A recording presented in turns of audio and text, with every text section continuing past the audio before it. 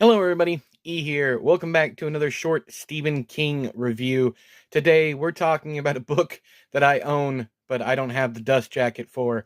I fell on some really hard times. I'm still kind of there, but I had to sell quite a few of my most prized possessions. Like I had the uh, special edition of NOS 482 or Nosferatu by Joe Hill.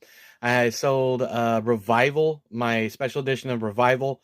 I sold a lot of stuff, and one of them was just the first edition of Insomnia.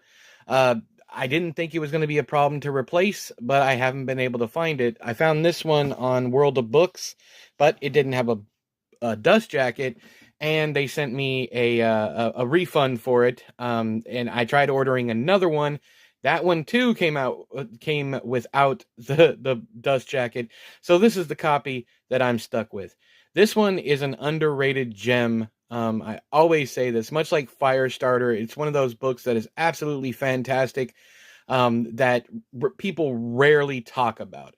It has some interesting Dark Tower connections. Like, you can get all the way through this book and not know a thing about the Dark Tower. You're going to be a little bit confused by some of Ralph's visions, but for the most part, it doesn't fit. But it does if you read the rest of the Dark Tower series. So it's very odd to put this on like the Dark Tower reading list, because it does tie into it. It just doesn't quite make much sense.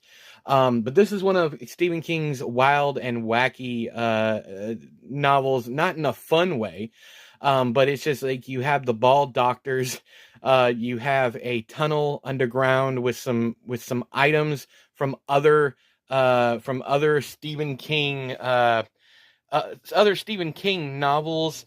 It's got some really cool elements, but for the most part, it's looked over because it's long and boring, which I completely disagree with. If you're a fan of Insomnia, let me know down there in the doobly-doo, but I'll see you guys tomorrow.